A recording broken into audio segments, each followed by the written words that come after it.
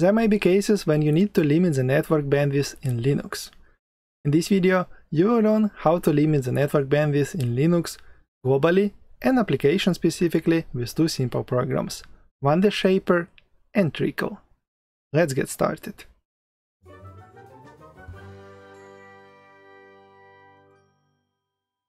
So why does one want to limit his network bandwidth in Linux? There might be multiple reasons for that. One of our subscribers recently contacted me and he says that the internet data prices are very high in the place where he lives, and he wants to limit his internet bandwidth to reduce the internet spending. As a former Windows user, he used to run NetLimiter for that. Now he is looking for an alternative in Linux. Also, traffic limiting can be useful if you, for example, have very slow internet speed, and when you run many applications they will compete for the traffic, so you can decide which application to prioritize with different bandwidth limits for different applications. Or let's say you run a Linux server and you want to limit the outgoing traffic so your server doesn't go down due to heavy activity at the peak time. So let's start with limiting the bandwidth per network interface with Wondershaper. I have written all the instructions in this notebook, which will be published at averagelinuxuser.com. You will find the link in the description under this video, so you can copy-paste all the commands as I will do during this video. And we will start with installing Wondershaper. Wondershaper is a small and lightweight open source application to limit the network traffic for different network interface. You can install it from any Linux distro because it is available in the repository of the distro. For example, if you run Ubuntu, as I do for the demonstration of this video, you can just run this command and install Wondershaper from the repository of Ubuntu. Unfortunately, the version which is available in the repository is not the latest one, so if you really want to have the latest version of Wondershaper, you need to install it from the GitHub repository, which is available here. I also copied the key instructions here how to install it. So to install it we first need to remove the version which we have installed from the repository. After we remove it, we can clone this repository. Now you see I have Wondershaper folder in my home directory. I just need to enter this directory. This is the command cd, which means change directory. And the next one, we just need to copy this command and install Wondershaper from the GitHub repository. Everything is fine here, Wondershaper has been installed. You can easily test it if you run Wondershaper with the option H, and it will give you the help message. If it happened that Wondershaper from the GitHub repository has not installed successfully or you experience any problem with it, you can easily uninstall it by running this command. Just make sure you run it from within the Wondershaper directory which you have downloaded from the GitHub repository. Then you just paste it here and remove it. Also, if you decide to keep this GitHub version of the Wondershaper program, it is important to keep in mind that it will not update with your system updates. You need to update it manually. This is an inconvenience, so this is another reason why I recommend to use Wondershaper from the default repository of Ubuntu or any other Linux distro, whatever you use. Because if you install it from the repository, it will be updated automatically. But if you install it from the GitHub repository, you need to update it manually. So this is another inconvenience. To update it, you need to make sure that you are located in the Wondershaper directory which you downloaded from the GitHub repository. This is what I indicated here with the cd command. And then you just need to run git pull to download all the updates from the GitHub repository, but everything is up to date in my repository because I have just cloned it and there has not been any new version within these couple of minutes. So next you just need to run again sudo make install and it will override the existing version with a newer version, if the newer version has been downloaded with git pull. I hope this is clear. Also, if you are not confident with how to use the Linux command line, I provided the link here to the Linux command line tutorial where you can learn the basics of the Linux command line. So in this video I'm going to use Wondershaper from the Ubuntu repository, and this is what I recommend to most new users of Linux. Just install the version which is available in your Linux distribution. So I just install Wondershaper from Ubuntu repository, And we will go to the next step, which is let's learn the syntaxes of Wondershaper.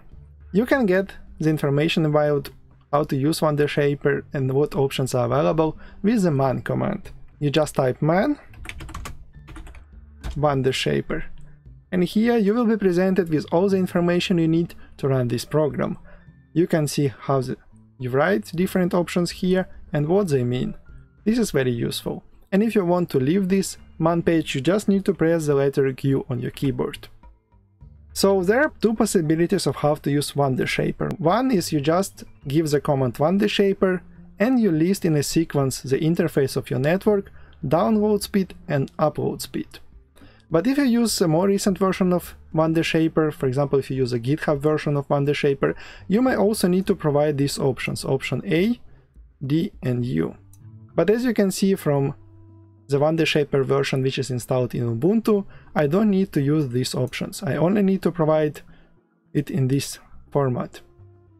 So, but before we run Wondershaper, we need to find out the network interface name. Because in different Linux systems, these interface names can differ. You can easily get the name of your interface with this command.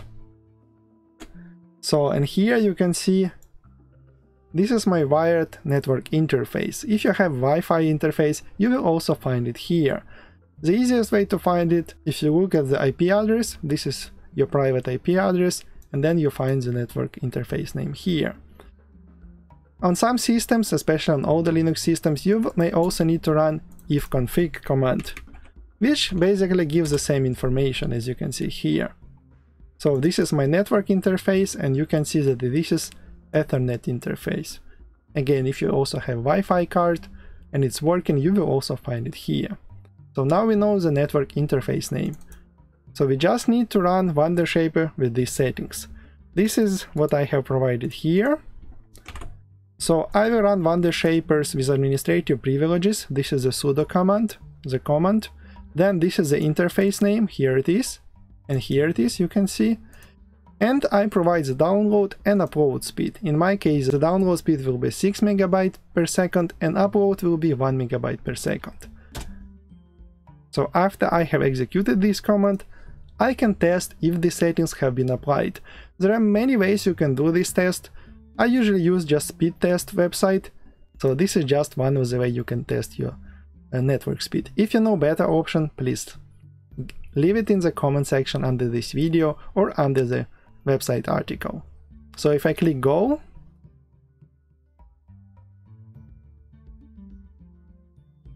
I can see my download and upload speed has been limited to these values.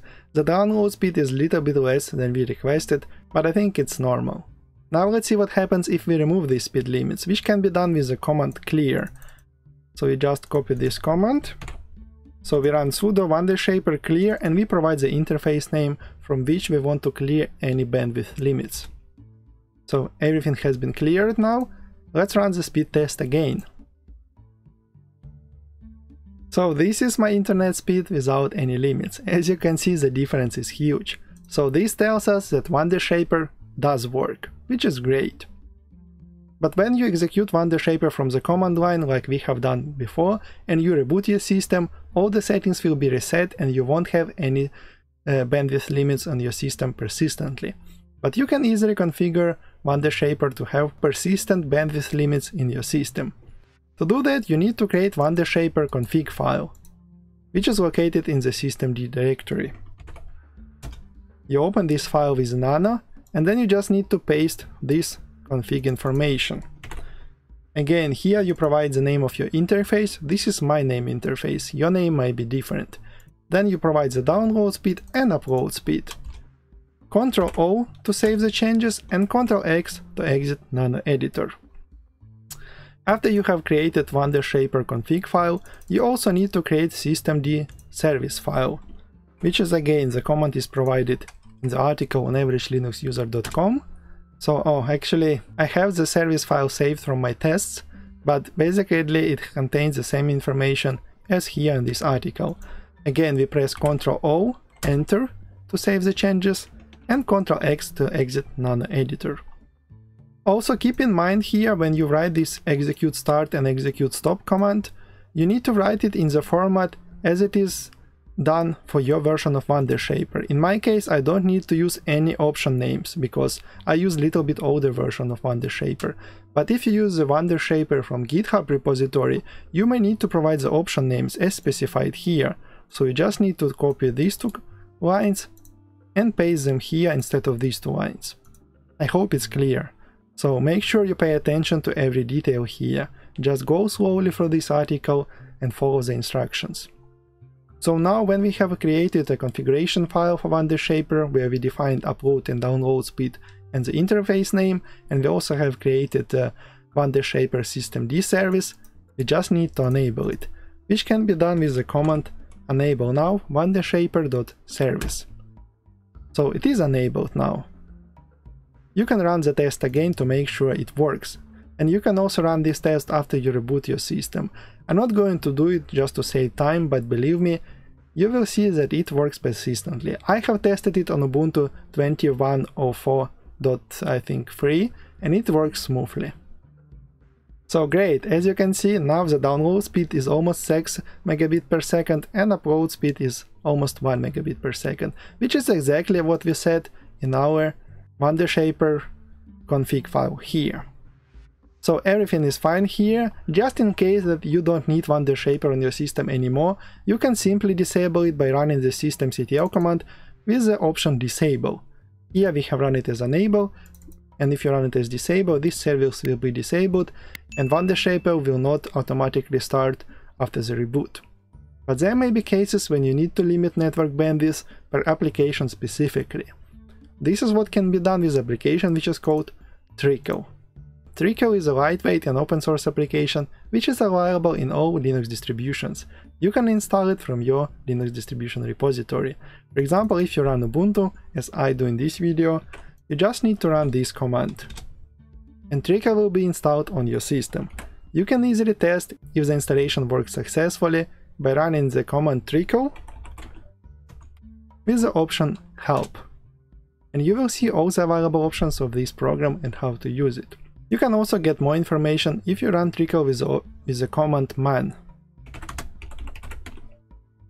There is more details in this manual page than in the help message. Again, you press the letter Q to exit this man page. So now trickle works fine. This is how you use it. You run the command trickle with option D, which specifies the download speed, and option U, which specifies the upload speed. And then the command you want to execute or application you want to start. Also, pay attention that trickle can be run without root privileges, so you don't need to specify sudo in front of this command. You just need to run command as it is here.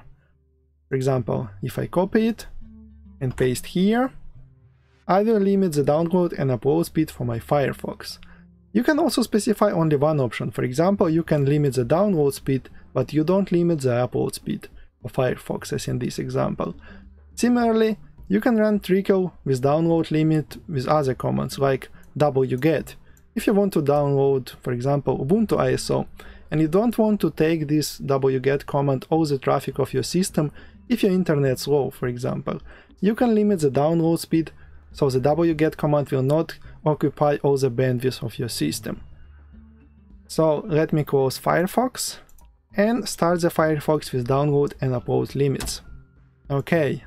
It has started, and as you can see, even the Notion web page loads very slowly because I have download and upload speed limits on my Firefox. But if I go to speed test and test the network speed for Firefox with these limits, you can already see that it is very slow because even loading the page takes quite a while. So as you can see, there are some limits in download and upload speed. It doesn't work exactly as we specified here, but I will come back to this why it is so. But let me show you just if I open Chrome, which doesn't have trickle bandwidth limits, and I test the speed of the internet, it will show that there is no limit on the bandwidth in Chrome. But in Firefox there are some limits. As you can see, these two applications open in one system, but they have different bandwidth settings, which is very nice and very convenient in some cases. So if you follow this article on myaverageLinuxuser.com website, you will also see some other examples how you can use trickle. For example, you can also apply network bandwidth limits for the bash interface itself. So if you just run this command in your bash, you will get the net bandwidth limit set for the each terminal interface. So any application you start from this terminal will have bandwidth limits. And just to exit these limits, you need to type the command exit. So now you have left that bash interface and came back to the normal bash interface, which doesn't have trickle limits. I don't know, it may be complicated if you are a completely new Linux user, but if you understand how bash works, I believe this is clear, and sometimes such option can be useful. I have mentioned that you can get more options about trickle with a man page. For example, here I have highlighted the option which is called time smoothing. This is very important option because it explains how trickle works.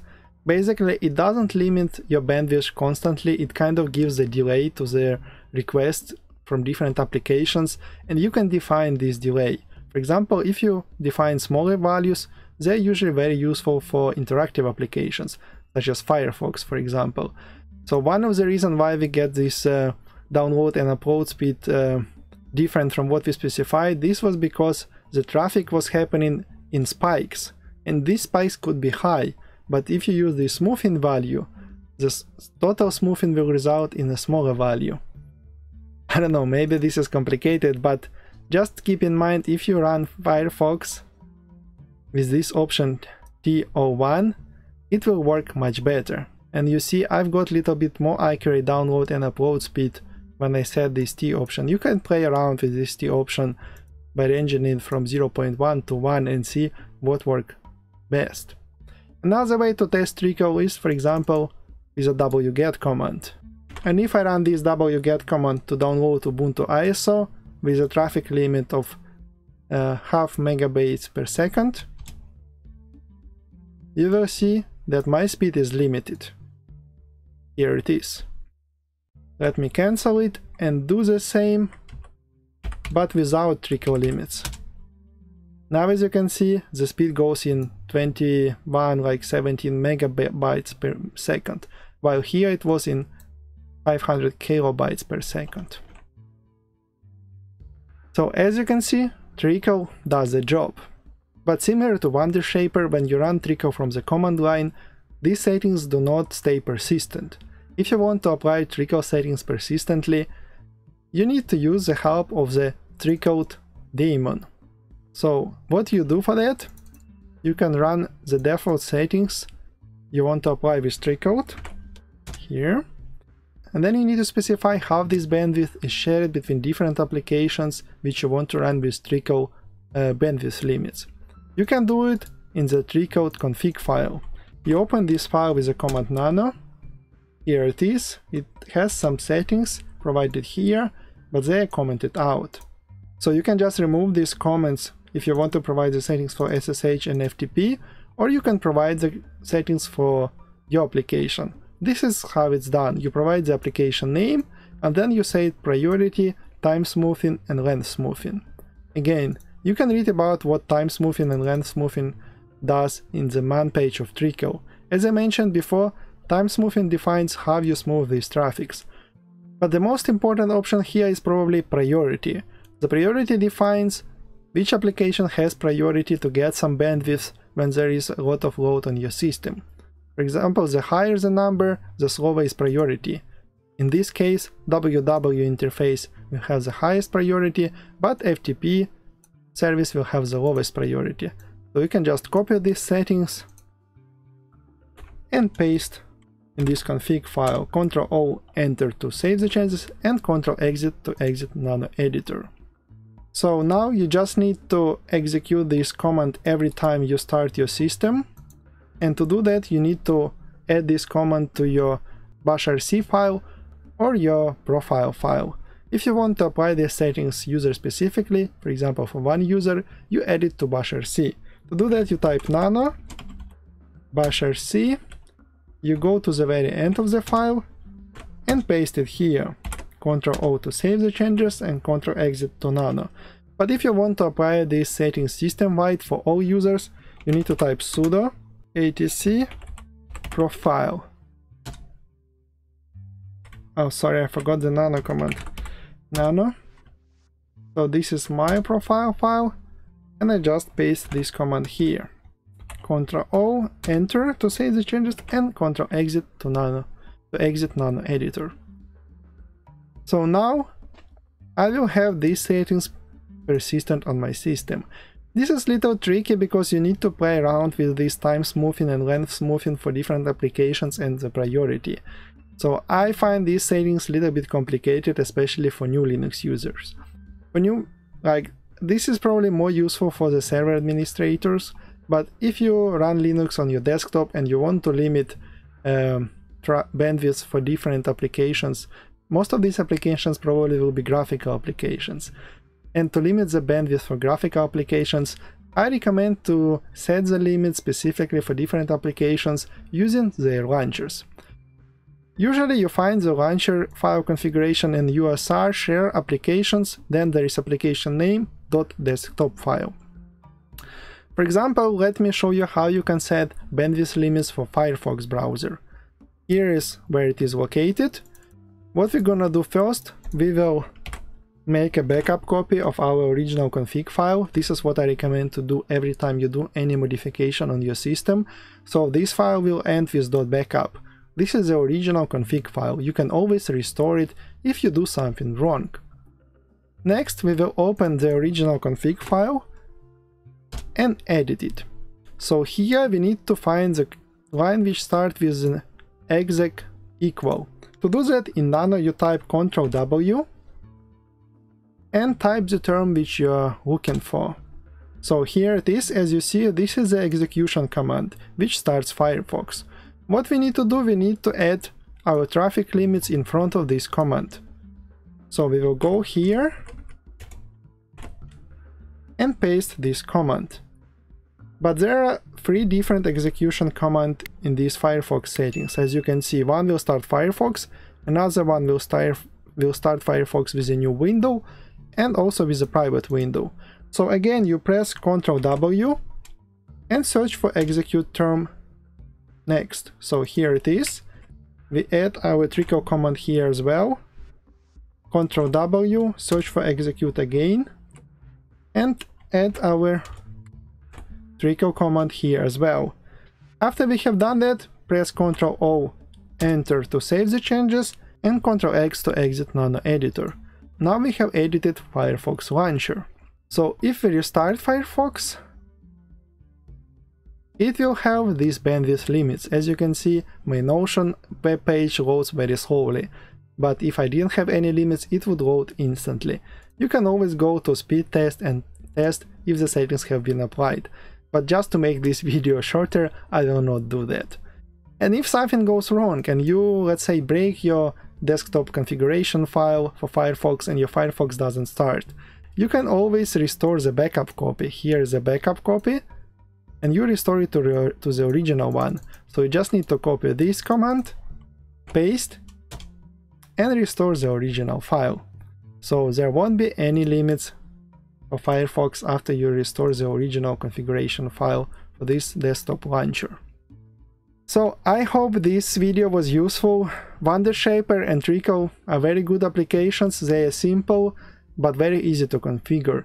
If you know any other very simple and user-friendly application which can be used for network bandwidth limits on Linux, please share it in the comments under this video. Thank you for watching.